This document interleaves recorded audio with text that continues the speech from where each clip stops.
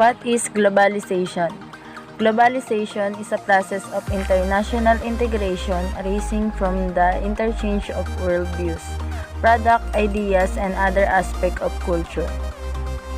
The process of globalization has increased in research history due to advance in industrialization, rapid population growth, increased transportation, global travel, and other means of technologies, such as mobile phone and internet.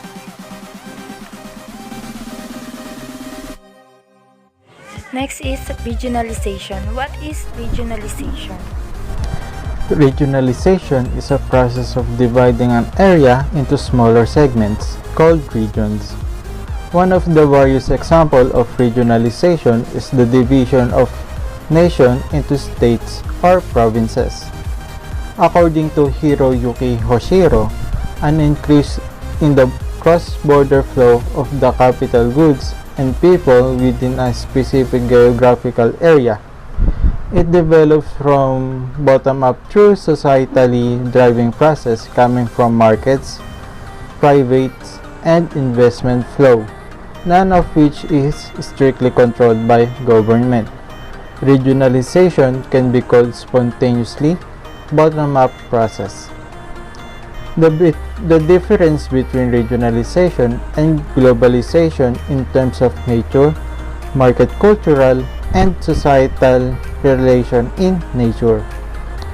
Globalization promotes the integration of economics across 8 borders all around the world, but regionalization is precisely the opposite because it is dividing an area into smaller segments. Market globalization allows many corporations to trade on international level. It allows free markets, but in regionalized system, monopolies are more likely to develop cultural and societal relations. Globalization acceleration to multicultural by free and unexpected movement of people, but regionalization does not support it. Next is regionalism. What is regionalism? Regionalism refers to formal economic cooperation, an economic arrangement of group of countries, and aim at facilitating or enhancing regional integration. Regionalism defined as political will to create a formal arrangement among states on a geographically restricted basis.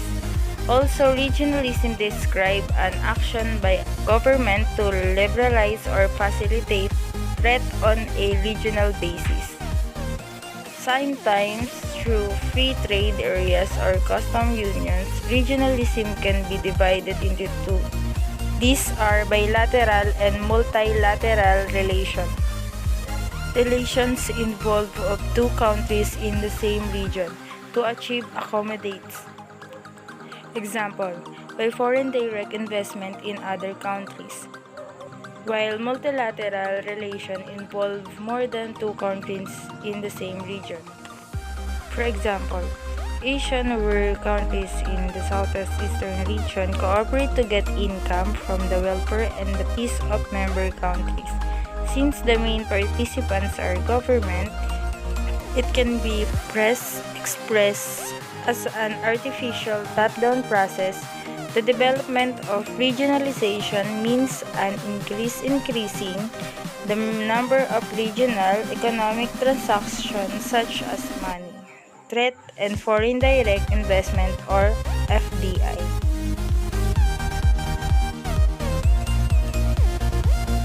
Let us proceed in regionalism in process.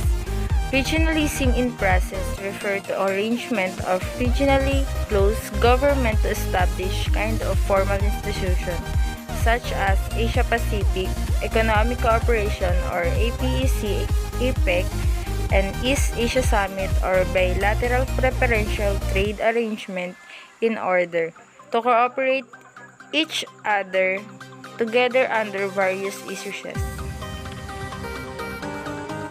How Asian regionalism can benefit the world. How Asian regionalism can benefit the world. The rest of the world could benefit too as long as Asian economies continue to integrate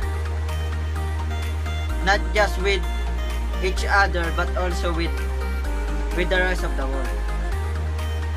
Sustained in a Sunday, strengthened by regional cooperation, could boost our Eastern Road as a new and stabilizing engine of global economy growth. There are many reasons why Asian is likely to remain outward looking.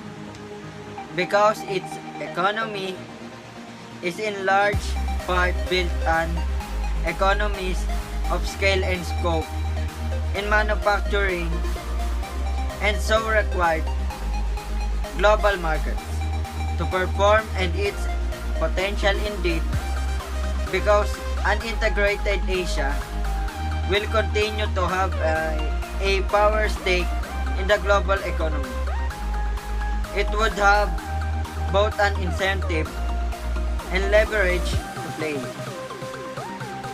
Bigger role in keeping global markets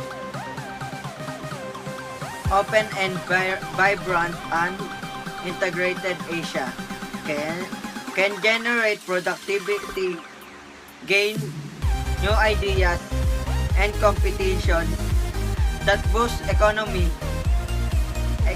growth and drives economic across to the world, contribute to the efficiency and stability of global financial markets by making Asian capital markets stronger and safer, and by maximizing the diversity sources of global demand, helping to stimulate, stabilize the world economy, and diminish the risk posed by global imbalance and downturn. In other major economies, provides leadership to sustain open global trade and financial system. Lastly, create regional mechanisms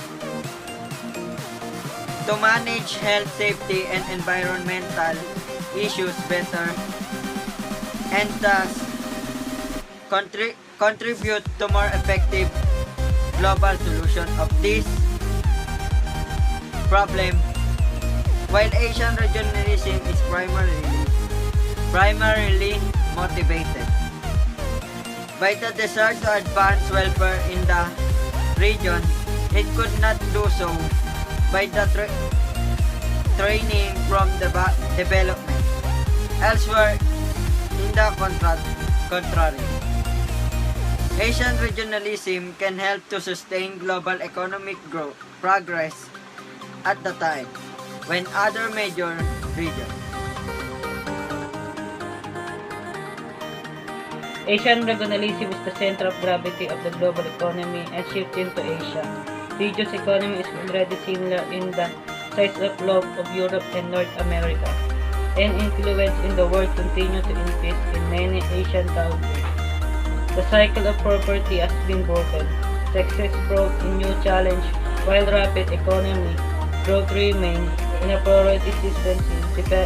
Demand that also be sustainable and more inclusive in Asia is how it's so important to the world economy. That it must also play a longer role in the global economy. Leadership. Asian economic growth is unprecedented. The region is home over half the world population procedure. 3/10 of global output in terms of purchasing power and constantly record the world's highest economic growth rate. Regionalism is a relatively new aspect to Asia-rise Asia. Economies are increasingly connected to trade, financial transaction, direct investment, technology, labor, and tourist flow, and other economic relationships. Also, Asian regionalism in world health to sustain to region growth underpin its stability, and with the right policy with both equality and health marshal and common response to major new challenges that often arise suddenly and unexpectedly.